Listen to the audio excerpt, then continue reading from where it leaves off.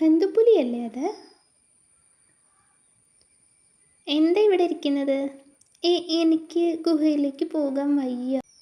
ഇന്നലെ ഒരു സ്വപ്നം കണ്ടു, ഗുഹയ്ക്ക് ജീവൻ വെച്ചെന്ന്. അയ്യോ, വെച്ചോ? ഗുഹ കരയുന്നു. അത് കേട്ട് ഞാൻ ഉണർന്നപ്പോഴും ഗുഹ കരയുകയാണെന്ന് തോന്നുകയാ. പേടിച്ചിട്ടായി വക തോന്നലൊക്കെ. ഉപദേശിച്ച് ശരിയാക്കാം. അഹന്തു, ഗുഹയ്ക്ക് ജീവനില്ലെന്ന് നമുക്കെല്ലാം അറിയാം. പക്ഷേ ജീവനുണ്ടെങ്കിൽ ഗുഹ ഓടില്ലേ? ഈ ഗുഹ ഓടുന്നുണ്ടോ? നോക്ക്.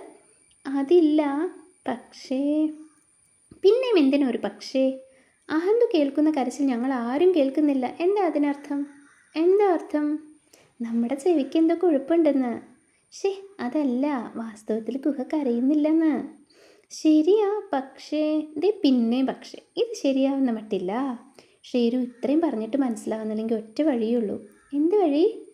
ഗുഹയ്ക്ക് ജീവനുണ്ടെന്നങ്ങ് സമ്മതിച്ചു കൊടുക്കുക. അതോടെ പുള്ളിക്ക് സമാധാനമാവുമെങ്കിൽ. താനെങ്ങോട്ടാ?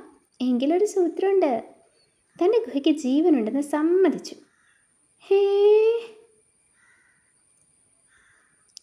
പക്ഷേ കല്ല് വീണപ്പോൾ ഗുഹ ചത്തു. അത് സമ്മതിച്ചോ? അയ്യോ, എൻ്റെ ഗുഹ.